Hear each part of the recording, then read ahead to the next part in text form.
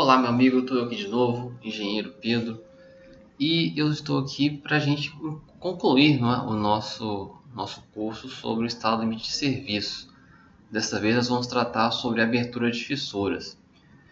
Enfim, eu estou aqui com a apostila do Libónio Pinheiro, né, uma das apostilas que eu coloquei para vocês estarem estudando lá no primeiro vídeo, para a gente poder acompanhar essas lições.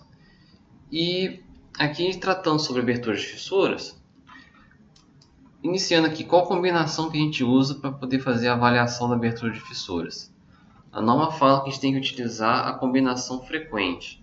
A combinação frequente, se você se lembra, as cargas permanentes elas são tomadas com seu valor característico, a variável principal é tomada com seu valor frequente e, se houverem variáveis secundárias, elas são tomadas com seus valores quase permanentes.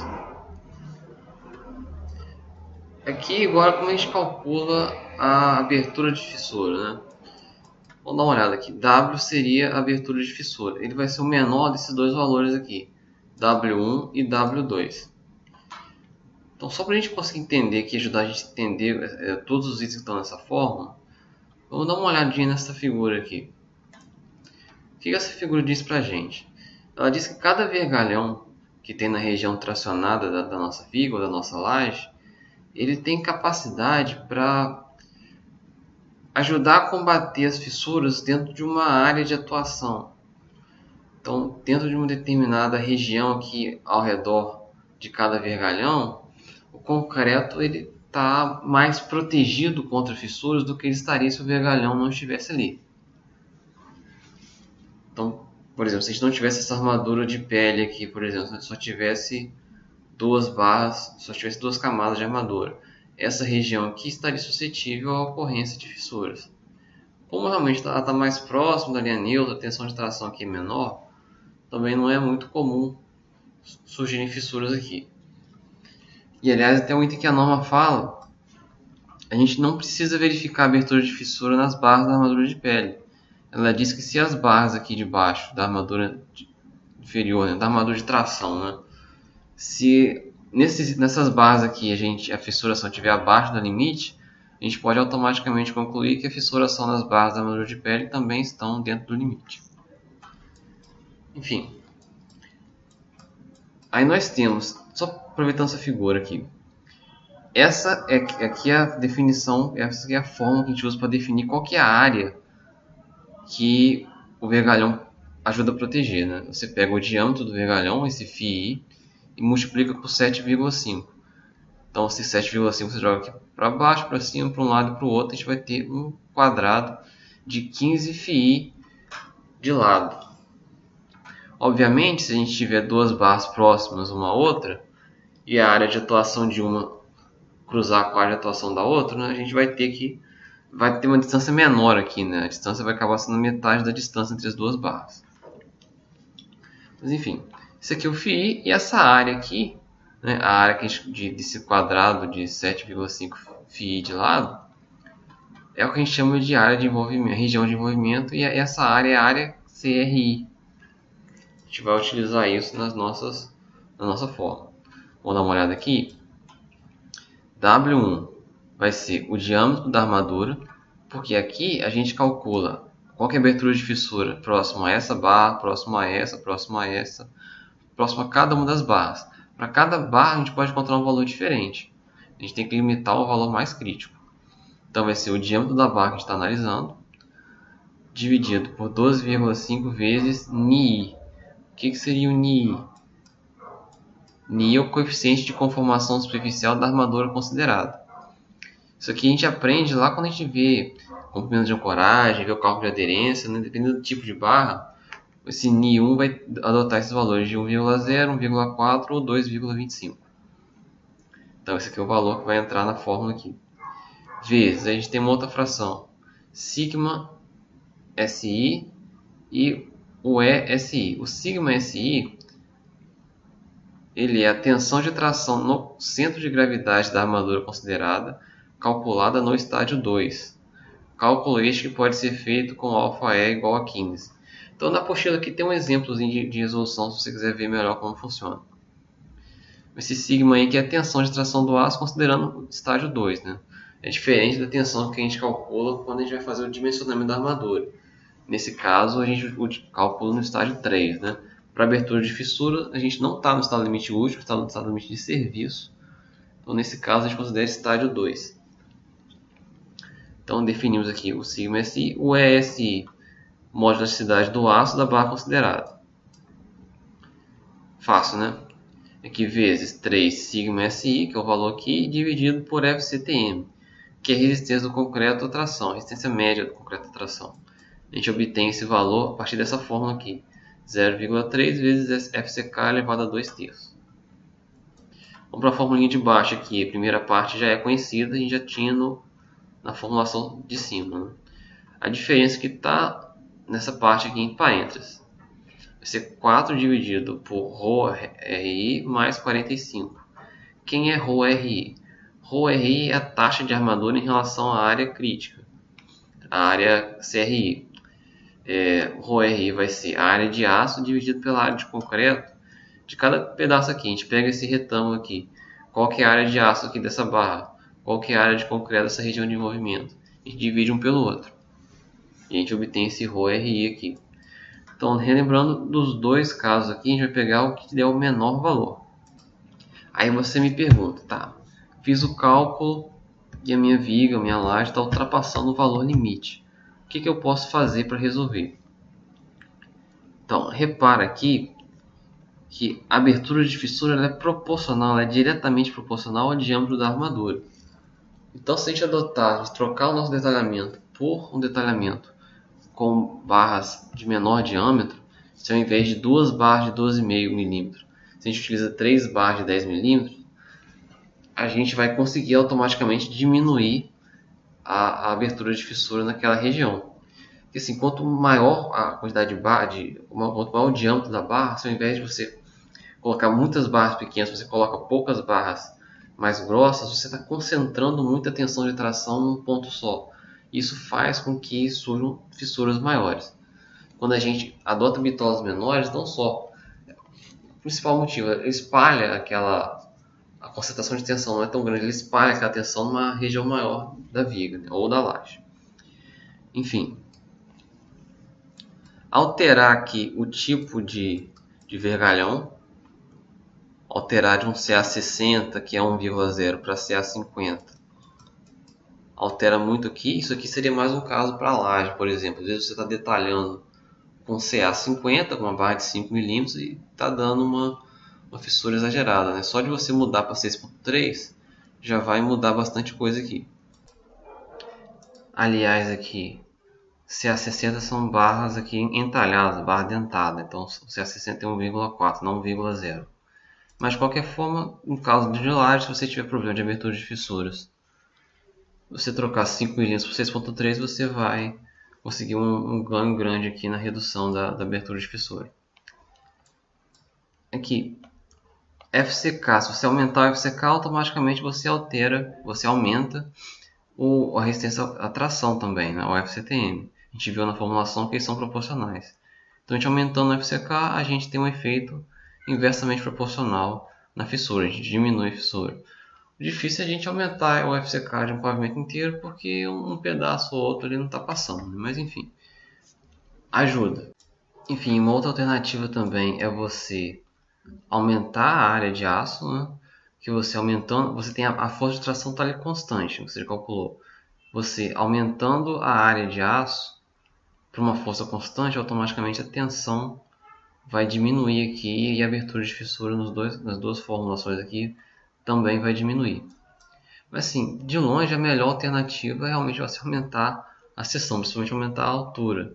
Porque aumentando a altura você diminui a armadura necessária, você diminui as tensões, você diminui essa força de tração ali na gravidade da armadura, e com isso você tem ali possibilidade menor de fissuração. Mas assim, tentando um caso em que você não precise mexer no concreto, nem aumentar a largura nem a altura, a gente pode trocar o detalhamento adotando barras mais finas ou aumentar a área de aço. São duas alternativas que a gente tem para tentar diminuir a abertura de fissuras. Então, agora a gente vai dar uma olhada aqui, ver uma demonstração desse cálculo da abertura de fissuras no grelha não linear do TQS. Aqui a gente configura a combinação frequente, e aqui a gente vai ver qual incremento, né, qual interação do cálculo da carga a gente vai considerar. Aqui para abertura de fissura a gente usa a 12ª mesmo. Na final ele não calcula a abertura de fissura. Tá vendo? Ele não calcula para esse caso aqui. Ele só calcula para o 12º incremento. E por que isso acontece, né? Porque, pelo que a gente viu lá atrás, quando eu calculo essa grelha não linear com as rigidezes finais já, os locais onde ocorre mais fissuração vão ter menor rigidez, né? Vão ter perdido mais rigidez justamente por causa dessa fissuração. Então, na hora do cálculo dos esforços, é muito provável que esses locais onde são mais críticas, onde as fissurações são mais críticas, o resultado do momento fletor vai dar menor do que no cálculo da 12ª interação. Vamos dar uma conferida? Momento fletor em Y aqui. O maior valor aqui na casa do 26,50.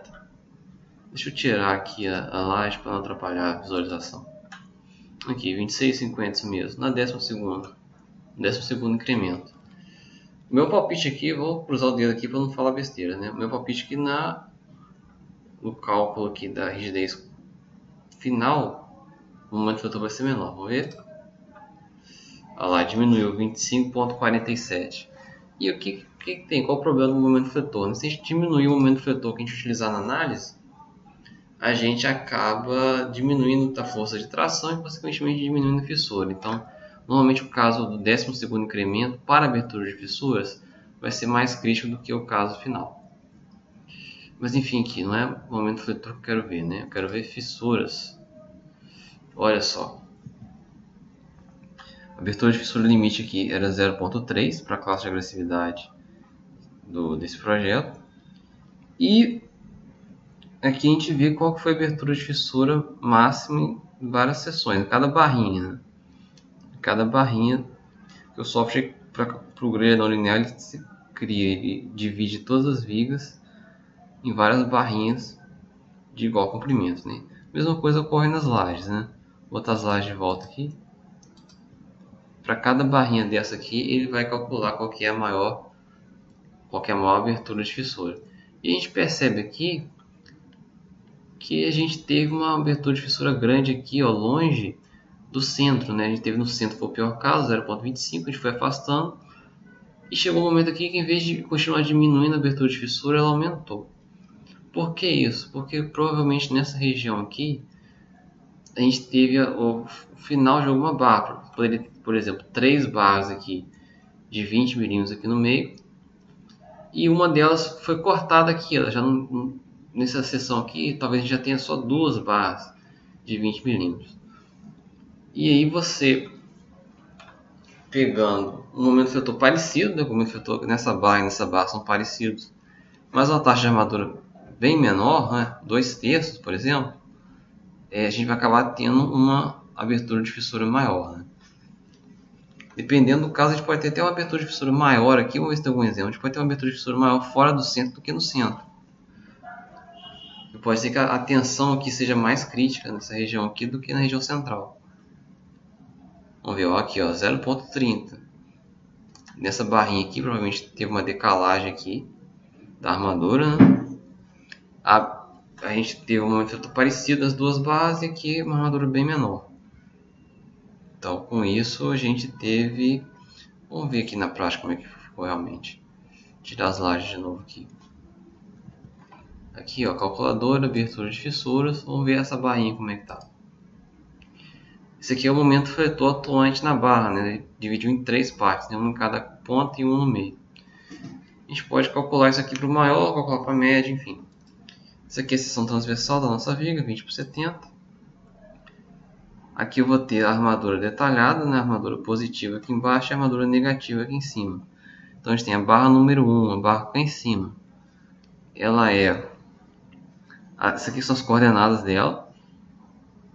Aqui está o eixo X na horizontal e Y na vertical. Essas aqui são as coordenadas em relação a esses eixos. Esse aqui é o diâmetro de 6,3.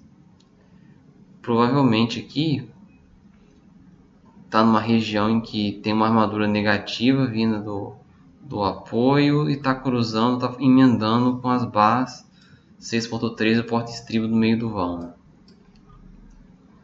Enfim, aqui está até errado, né? Porque a barra 2, que é 6,3, está aqui do lado da barra 1. Né? O certo seria a barra 5, 6,3. Então o certo aqui seria essa barra 116